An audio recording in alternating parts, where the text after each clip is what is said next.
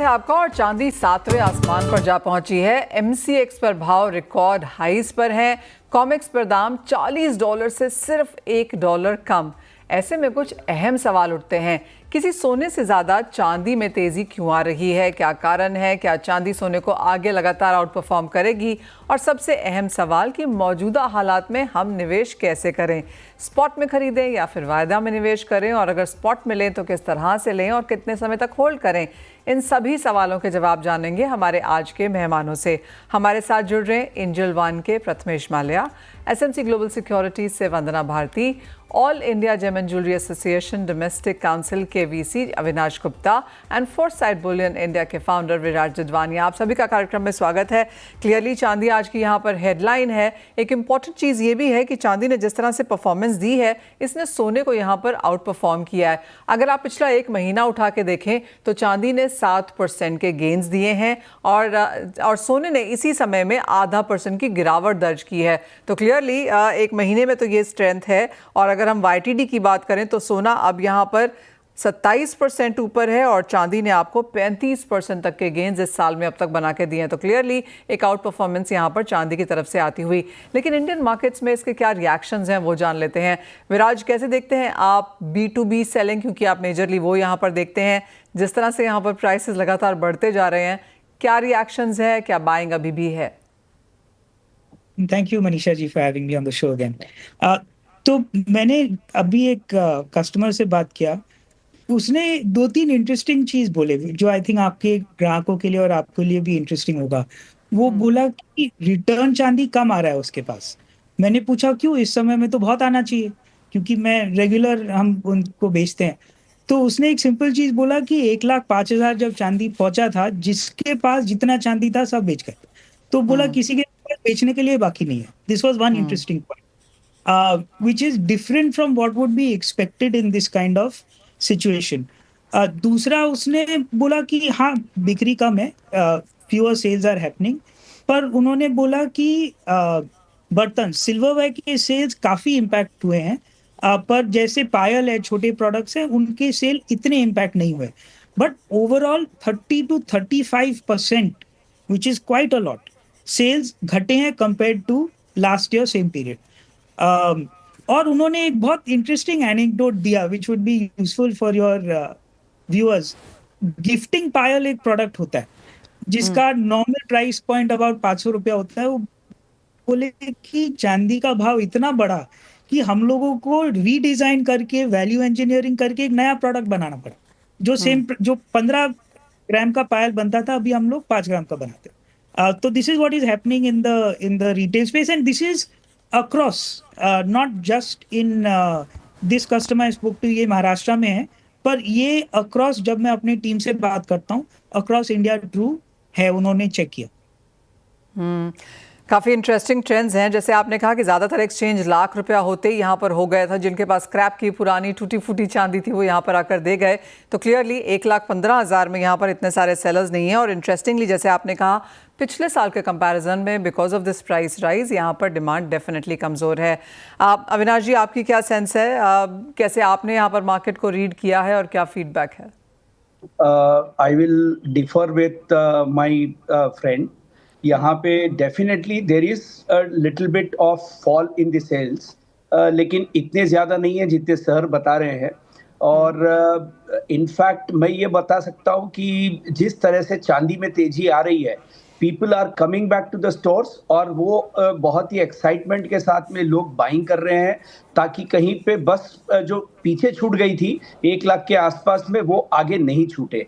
तो मुझे ये लगता है कि अभी since from July onwards the season starts and it will definitely go on और इसके अंदर बहुत ही अच्छी डिमांड निकलेगी इस समय बाजार के अंदर, ये मेरी पूरी उम्मीद है। और इंडिया में jewellery sales are picking up a big way. ठीक है, जो आर्टिकल्स वगैरह हैं उसके अंदर definitely there is little bits of slow down, because एकदम से डाइजेस्ट करने के लिए लोगों को थोड़ा सा दिक्कत जरूर आएगी। तो उसकी वजह से 15 से 20% का वॉल्यूम के अंदर ड्रॉप जरूर देखा गया है पिछले 6 महीने के अंदर, लेकिन it is not that disappointing I can say. Avinash ji, clearly जो चांदी लेने वाले लोग हैं, जो नॉर्मली चांदी लेते हैं, उनके लिए तो चांदी बहुत महंगी हो गई। जो सोना लेते हैं उन्हें वो एक्सपेंसिव लगने लगा, तो वो थोड़ा सा यहाँ पर चांदी में ज़रूर शिफ्ट हुए हैं।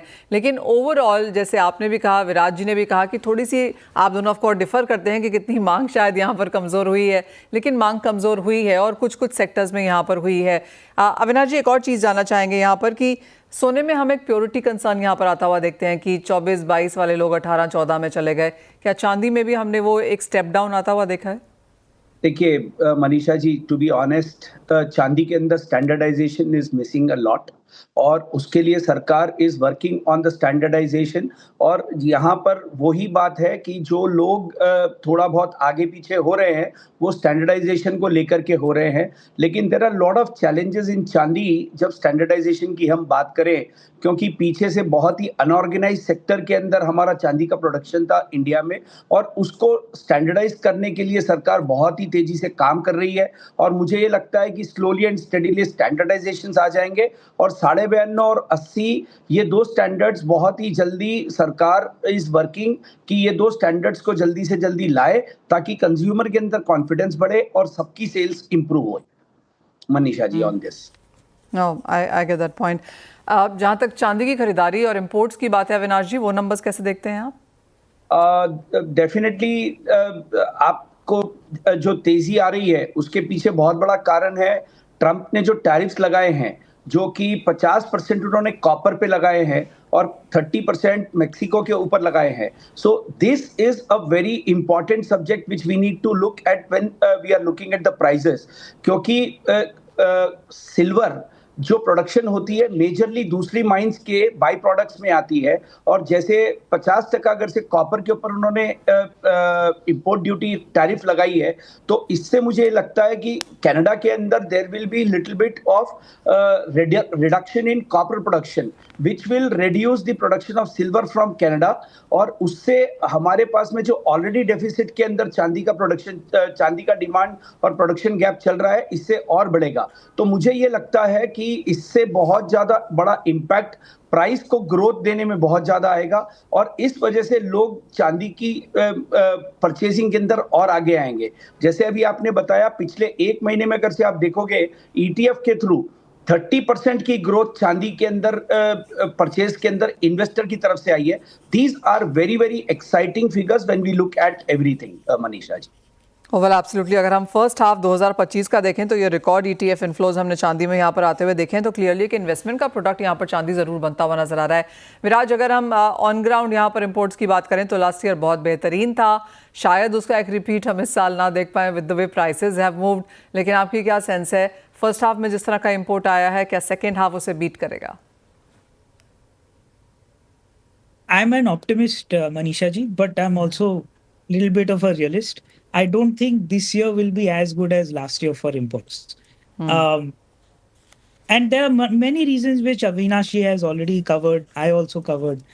इस हाई प्राइस में कस्टमर्स को थोड़ा समय लगेगा डाइजेस्ट करने के लिए कि चांदी, यू हैव टू रिमेम्बर 4 साल पहले मैंने कितने टन तो 1 घंटे में बेचे थे 33-34,000 के प्राइस में, और अभी 1,15,000 है। लोग बोल रहे हैं 1,18,000 तक जाएगा।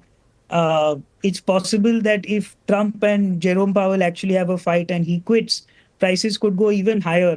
So I don't think imports will be जैसे लास्ट ईयर हुआ। मुझे लगता है थोड़ा सबड्यूड होगा इस साल। और वो एक्सपेक्टेड भी है इन दैट सेंस। तो एक चीज़ आप दोनों से ही जानना चाहेंगे, किस तरह से अब चांदी इंडियन मार्केट्स में बेची जाए? अविनाश जी, जैसे आपने कहा स्टैंडर्डाइजेशन इंपॉर्टेंट है, क्रेडिबिलिटी यहाँ पर इंडस्ट्री में आनी चाहिए, तभी लोगों में कॉन्फिडेंस आएगा और एक तरीका आएगा, अदरवाइज लोग ईटीएफ तो खरीद ही रहे हैं। तो अगर फिजिकल में चांदी लेनी है तो कैसे लें, कहाँ लें, क्या करें?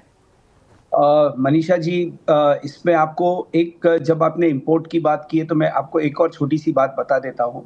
Last year imports were higher because of the CEPA. So people have hoarded huge silver at 1% rather than 15-16% import duty. So that was a very big reason why the imports last year were higher than this year, and it will be 100% subdued. Secondly, जैसे आपने बोला standardisation के चलते हुए आज अगर से आपको फिजिकल फॉर्म में चांदी खरीदनी है तो there are lot of bars which are available which are being sold by all the jewellers across the country wherein you will find the standardized gold silver bars as well as there are lot of retailers in India who guarantee their standardized products with 92.5% or 80%. Already there is a voluntary hallmarking available. So customer 100% जाकर के hallmark देख करके और वो jewellery खरीद सकता है. आज standardizations mandatory नहीं हुए हैं लेकिन standardizations are already there. So this is there. तो आज भी कस्टमर के लिए सेफ्टी सिक्योरिटी इज अवेलेबल. अगर कोई कस्टमर अलर्ट है तो उसको राइट सामान राइट दाम पे जरूर मिलेगा आज भी हिंदुस्तान में. विराज, आपका क्या कहना है? कैसे लें लोग? जैसे अविनाश जी ने शुरू में कहा, लॉट ऑफ पीपल थॉट कि दे मिस द बस. अब लोग यहाँ पर लेना चाहते हैं, क्या लें और किस तरह के ट्रेंड्स आप बनता हुआ देखेंगे आगे? सो मनीषा जी, मेरा व्यू काफी सिंपल है. चांदी अगर आप अक्रॉस द वर्ल्ड देखो, लोग ETF भी लेते हैं, लोग कॉइन्स भी लेते हैं, लोग बार्स भी लेते हैं, लोग डिजिटल सिल्वर भी खरीदते हैं, लोग क्रिप्टो भी लेते हैं, लोग specially in India in traditional markets as bracelet, as payal, as bartan, as murti भी लेते हैं. ये कंसिस्टेंट था, है और रहेगा. इसका थोड़ा बहुत परसेंटेज कुछ वोग में आ गया, जैसे ETF अभी रिसेंटली पॉलिसी चेंज हुआ तो हम भी बहुत ETF में बेच रहे हैं. फिजिकल हमेशा से बिकता था, पायल हमेशा से होते हैं. आप कोई कहीं भी इंडिया में चले जाओ, नीचे देखो 80% off the women will be और girls will be wearing payals. तो my view is little bit more broad that depending on the person and their preference, their purchasing of silver will be across this board. Again, I'm repeating, physical in the form of coins, bars, bartan, murti, payal, ETF, digital, silver, they will all coexist, is my opinion. हो well absolutely. और वो हमने होता हुआ देखा भी है, जिस तरह से चांदी के प्राइसेस में एक रिबाउंड आया है. हमने हर तरीके से यहाँ पर चांदी खरीदारों को मार्केट्स में आता हुआ देखा है.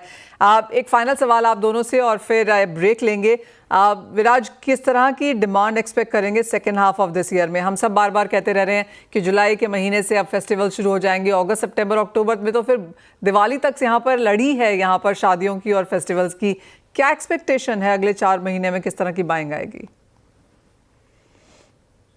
See, Manisha ji, this is one of the few times I'll say it's actually difficult for me to say. There are so many moving pieces right now. मैं बोल भी सकता हूँ, दोनों तरफ बोलूं और थोड़ा अच्छा इंग्लिश या हिंदी में बोलूं तो जेन्युइन मेरा आंसर है कि आज के दिन प्रिडिक्ट करना कि क्या होगा बहुत मुश्किल है. There are too many moving pieces. This is my honest answer. Avinash ji may have a stronger view than I do. Avinash जी, आप कोई परसेंटेज देना चाहेंगे कि किस तरह का रिबाउंड हम यहाँ पर बनता हुआ देख सकते हैं फेस्टिवल्स के चलते, इवन एज प्राइसेस यहाँ हैं और शायद यहाँ से तेज हो जाएंगे? Manisha ji, I'm very optimistic about sales because जुलाई के बाद में जैसे आपने बताया कि सीजन स्टार्ट्स और जैसे गोल्ड काफ़ी तेज हो चुका है तो आज एक एस्पिरेशनल पॉपुलेशन के लिए silver has become a very good alternative. और यहाँ पर मुझे लगता है कि बहुत ही अच्छी बाइंग इस साल निकलनी चाहिए क्योंकि monsoon is also good. So when people get money they will definitely invest in jewellery. और एज फार एज भाव इज कंसर्न, भाव जिस तेजी से भाग रहा है और मुझे नहीं लगता कि इस बार चांदी कहीं पे भी $50 से नीचे रुकने वाली है. थोड़ा बहुत नीचे ऊपर आता रहेगा तो वो सपोर्ट भी मिलता रहेगा. तो people will definitely start investing in silver either in the form of physical ETF, digital silver और jewelry और बर्तन. जिस तरह से बोलो, लोग चांदी के अंदर उतरेंगे और सब यही बोलेंगे कि मेरी तो चांदी हो गई. हाँ जी हाँ, चांदी 7वें आसमान पे है, सिल्वर लाइनिंग के तौर पर है और चांदी भी शायद आगे जाकर होगी. बहुत शुक्रिया अविनाश जी एंड विराज जी. विराज, आप कुछ कहना चाहते हैं? I wish that Avinash ji is right. All right. वो कहते हैं ना, भगवान इनकी सारी पूरी कर देना. well, जिस तरह का रिटर्न यहाँ पर चांदी ने दिया है वहाँ सोने ने नहीं दिया और एक आउट परफॉर्मेंस हमने चांदी की तरफ से आते हुए देखी है, लेकिन कितनी सस्टेनेबल है ये जान लेते हैं. प्रथमेश, काफ़ी सारे चार्ट्स, रिपोर्ट्स और आई रिमेंबर इस साल की शुरुआत में ही आपने कहा था कि चांदी आउट परफॉर्म करेगी, कर चुकी है, लेकिन यहाँ से कितनी सस्टेनेबल है? I think Manisha, taking into consideration gold और सिल्वर, अभी भी इन्वेस्टर्स का बायस शाइनी मेटल यानी गोल्ड उनकी उसकी तरफ ही फेवर्ड रहेगा। बट प्राइस वोलेटिलिटी में सिल्वर आगे दौड़ रहा है और it is out of reach again silver. तो अगर आप मुझे पूछ रहे हैं सिल्वर को इस भाव पे खरीदना चाहिए इन्वेस्टमेंट्स के तौर पर, मैं यहाँ पे थोड़ा सा पॉज करूंगा और पॉसिबली अगर वोलेटिलिटी के चलते हुए अगर कोई करेक्शन दिखाई देती है वहां पे एक्यूमुलेट करूंगा। फिलहाल के लिए मैं इस राइजिंग मोमेंटम में थोड़ा सा मैं दूर रहने की यहाँ पे प्रेफर करूंगा। बट फिर भी अगर आप प्राइस सिग्नल्स की बात करें तो फिर बहुत ही जल्दी 1,25,000 दूर नहीं रहेगा जिस हिसाब से मोमेंटम चल रहा है।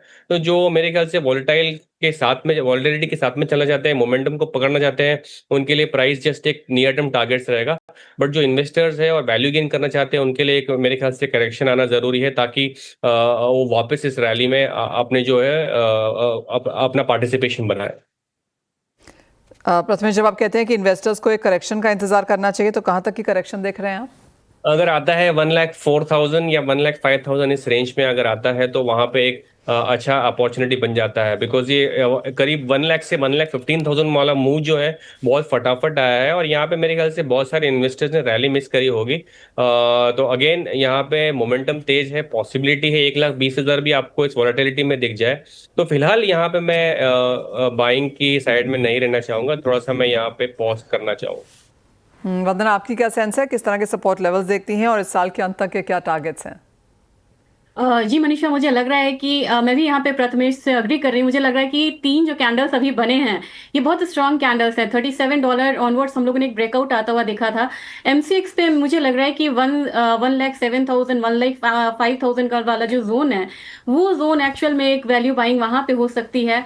अगर ईयर एंड की बात करें तो मुझे लग रहा है कि ऑप्शन में अगर कॉन्सेंट्रेशन देखा जाए सीएमई पे तो $45 और नेक्स्ट $50 भी यहाँ पे बन रहा है। लेकिन एक रियलिस्टिक टारगेट लेके चलेंगे कि $45 तक यहाँ पे चांदी आ सकती है 2025 में।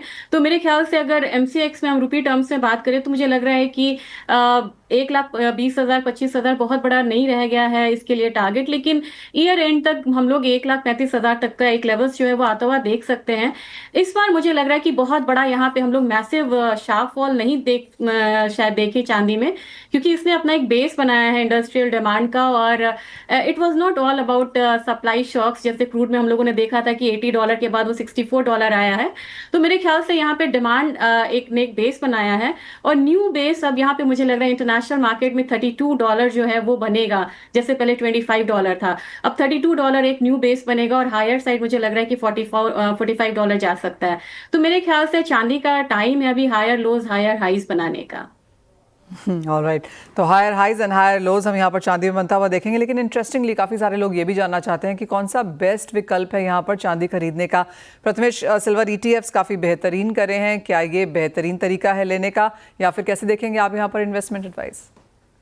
थिंक सिल्वर अगर आप रिटर्न्स पर्सपेक्टिव से खरीदना चाहते हैं तो डिजिटली एनी टाइम बेटर है। बट इंडियन कंज्यूमर सिल्वर को मेरे ख्याल से ऑर्नामेंट्स के तौर पर ज्यादा देखते हैं और ओकेजन के हिसाब से लेते हैं। तो जब ओकेजन के हिसाब से लेते हैं तो फिजिकल नीड क्रिएट होती है और वहां पे रिटर्न्स का कोई सवाल आता ही नहीं, बिकॉज एक बार ली हुई चांदी वापस आप बेचने को नहीं जाते। बट गिवन दैट अगर आप रिटर्न्स पर्सपेक्टिव में जा रहे हो तो सिल्वर में मैं डिजिटली ETF में निवेश करना ज्यादा बेटर अपॉर्चुनिटी समझूंगा। ऑलराइट, आपको क्या लगता है वंदना, कैसे करना चाहिए निवेश? और ट्रेड भी करना हो, किसी को ट्रेड करना हो, इन्वेस्ट करना हो 3 साल के लिए 5 साल के लिए, तो क्या करें? मनीषा, मुझे तो फिर क्लियरली लग रहा है कि या तो फिजिकल में जाना चाहिए। हालांकि बहुत बड़ा सिल्वर का मतलब रखने का भी एक समस्या है क्योंकि वो ज्यादा स्पेस लेती है। तो मेरे ख्याल से ETF बढ़िया ऑप्शन है। और ETF में जो वॉल्यूम्स बढ़े हैं वो अपने आप में दिखा रहा है कि काफी ज्यादा यहाँ पे इन्वेस्टर्स जो हैं या ट्रेडर्स जो है वो ETF में अट्रैक्ट हुए हैं। तो मेरे ख्याल से 3 साल 5 साल का जो प्रोस्पेक्ट होगा वो तो बहुत ज्यादा स्ट्रांग होगा सिल्वर के लिए। मैं यहाँ पे फिजिकल की भी सलाह इसलिए दूंगी क्योंकि मुझे लग रहा है कि काफी लोग यहाँ पे जनरेशन वाइज इसे ट्रांसफर करते हैं और ज्वेलरी में भी यहाँ पे काफी ज्यादा खर्च करते हैं। मॉनसून यहाँ पे अच्छा है और रूरल इंडिया का इनकम बढ़ रहा है। तो मेरे ख्याल से 50-50 करना चाहिए कि आप फिजिकल भी लें और ETF भी लें। ETF इसलिए लें ताकि आपको सहूलियत हो, जब भी आप लिक्विड आपको चाहिए, कैश चाहिए आपको, तो आप कैश पे जा सकते हैं, जबकि फिजिकल में बेचना काफी मुश्किल है। तो मेरे ख्याल से 50-50 करना चाहिए और आने वाले 3 साल 5 साल में ये बहुत बड़ा स्ट्रॉन्ग बेस देगी ये कमोडिटी। Well absolutely. एक और चीज़ प्रथमेश, और वो है गोल्ड सिल्वर रेशियो जो 100 से 85 पे आई है और बाजार को लगता है कि 70 आएगी और इसलिए चांदी के प्राइसेस ऊपर जाएंगे। आपकी क्या व्यू है? आई थिंक टेक्निकल पॉइंट्स को सारे traders across the globe watch करते हैं, और द मोमेंट ये 107 से टुवर्ड्स 80 90 नीचे गिरता रहा, 90 80 की तरफ गिरता रहा, लोगों ने ये इंडिकेशन मान लिया था कि सिल्वर आउट परफॉर्म करेगी, और ये काफ़ी विजिबल था और अकॉर्डिंगली वैसे ही हो रहा है। तो इस पे जो कॉन्फिडेंस है इस रेशियो पे वो और भी बढ़ता जा रहा है। तो अगर ये रेशियो और नीचे घटता है तो बट ऑब्वियस है कि सिल्वर का आउट परफॉर्मेंस गोल्ड से ज़्यादा रहेगा, और वो विजिबल भी दिख रहा है। आप जून महीने का रिटर्न्स देखिए, जुलाई महीने का रिटर्न्स देखिए, सिल्वर ने आउट परफॉर्म किया है गोल्ड को। अगर ऐसे ही चलता रहा, रेशियो में गिरावट आती रही, तो silver will be favoured in compare to gold. Vandana, जैसे प्रथमेश ने कहा, एक तो चांदी ऑफ कोर्स अपने गोल्ड सिल्वर रेशियो को फॉलो कर रही है और दूसरा सारे ग्लोबल बैंक्स एंड ब्रोकरेजेस यहाँ पर बुलिश हैं चांदी पर। एक भी व्यू ऐसा नहीं है जो आपको कहे कि 35, 34, 32 या 30 तक जाएगा। सभी का व्यू 36, 38, 40, 42 के आसपास है। क्या ये एक और एडेड फैक्टर है सपोर्ट के लिए?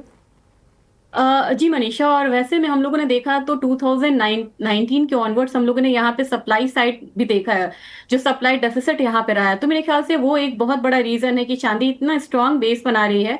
और गोल्ड सिल्वर रेशियो में मुझे लग रहा है कि एक बारी 80:1 पे आके हो सकता है कि रुके यहाँ पे और अभी आउट परफॉर्म करती रहे। और मुझे लग रहा है कि इस बार जो इंडस्ट्रियल डिमांड है, जैसे AI में है, फोटोवोल्टाइक है, ये सारे जो इंडस्ट्रियल डिमांड है, मुझे नहीं लग रहा कि ये बहुत ज्यादा इन्फ्लुएंस होंगे। थोड़ा सा यहाँ पे टैरिफ का समस्या है, और ये जैसे थोड़ा सा यहाँ पे क्लैरिटी आती है तो मुझे लग रहा है कि अगेन एक स्टेबल बेस मिलेगा चांदी को, क्योंकि इस बार जो इंडस्ट्रियल डिमांड है ये बहुत अग्रेसिव होके आने वाला है। वेल एब्सोल्युटली, इंडस्ट्रियल डिमांड एक इंपॉर्टेंट चीज़ है यहाँ पर, जिसका पूरा फायदा हमने यहाँ पर चांदी को उठाता हुआ देखा है। जो सिल्वर इंस्टीट्यूट की रिपोर्ट है वो कहती है कि ये 5वां साल है जब चांदी डेफिसिट में है और ये चौथा ऐसा साल है जब इंडस्ट्रियल डिमांड यहाँ पर रिकॉर्ड हाइस पे होगी, और उसी का फायदा यहाँ पर चांदी के बुल्स ने उठाया भी है। प्रथमेश, यहाँ से अगर किसी को गोल्ड सिल्वर में से किसी में एक में निवेश करना हो, क्या राय देंगे? I would definitely pick silver because volatility ज़्यादा है, फास्ट मोमेंटम है, और जहाँ पे फास्ट पैसा है वहाँ पे इन्वेस्टर्स का ध्यान ज़्यादा होता है। तो I would prefer silver in comparison to gold. Vandana, आपका क्या सेंस है? मनीषा, मैं भी सिल्वर के साथ जाना चाहूंगी। मुझे लग रहा है कि गोल्ड तो बहुत करेक्शन का मौका नहीं देगा। चांदी में हो सकता है कि एक बार हम $35 तक का जो लेवल है 35, 36 देखने को मिले, थोड़ा टाइम लगेगा। और MCX में भी मुझे लग रहा है कि थोड़ा सा करेक्शन देखने को मिलेगा, जो गोल्ड में फिलहाल अनलाइकली है।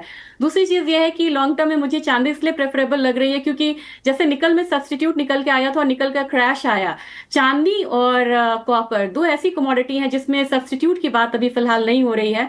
तो मुझे लग रहा है कि सब्स्टिट्यूट के अभाव में ये दो कमोडिटी अब यहाँ पे शाइन ही करेगी। तो I will go with silver. Alright, तो दोनों ही एक्सपर्ट्स यहाँ पर चांदी खरीदने की राय देते हैं। 1,05,000 1,07,000 के आसपास करेक्शन आए तो अच्छे से खरीद लीजिए, और ऊपर में जैसे कि दोनों ही एक्सपर्ट्स ने कहा भी है कि 1,25,000 1,35,000 तक हम यहाँ पर चांदी के प्राइसेस इस साल के अंत तक जाता हुआ देख सकते हैं। तो अगर आपने नहीं लिया है, करेक्शंस का, डिप्स का वेट कर सकते हैं, और अभी भी चांदी अपने पोर्टफोलियो में ऐड की जा सकती है, जो कि रिकॉर्ड हाइस पर फिलहाल आज कारोबार करती हुई नजर आई है।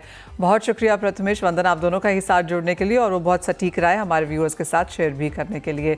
इसी के साथ मुझे दीजिए इजाज़त। फिलहाल इस कार्यक्रम में इतना ही समय है, आएंगे तो लेकर आएंगे आवाज़ समाचार।